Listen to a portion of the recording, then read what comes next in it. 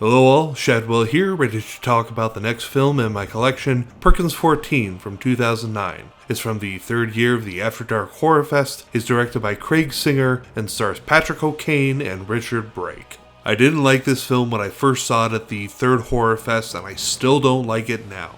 Although my opinion of it has softened somewhat in the over a decade since I first viewed it, but not by much. I used to find Perkins 14 to be a mindless excuse for buckets of blood and gore. Upon my most recent viewing, I've come to accept its weak motive as the reason for the movie's existence, but it isn't a great motive, which works because it's also not a great movie.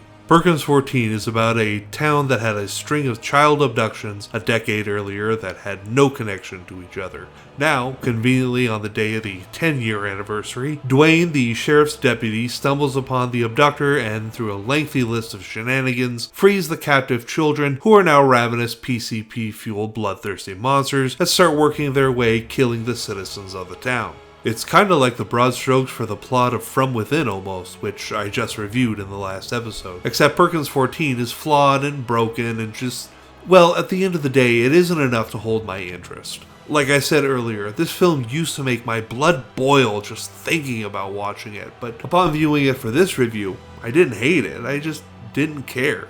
Richard Brake, who I talked about when I reviewed Rob Zombie's 3 from Hell, is in this movie as the titular Ronald Perkins. We do need to talk about that title, Perkins 14, because I didn't count or anything, but I think the filmmakers are just pulling a random number out of their butt because there are only 8 or 9 murderous young adults, tops, in this movie. And that's another thing. If the movie wanted to be more effective, it should have made the murder kids younger than teenagers so that simply killing them would be more of a moral dilemma for the good guys. The ending is exactly what you think it will be, and so there's no surprise there. This is a weak film from the director of the first Horrorfest Dark Ride, which wasn't spectacular either, but was better than this dud.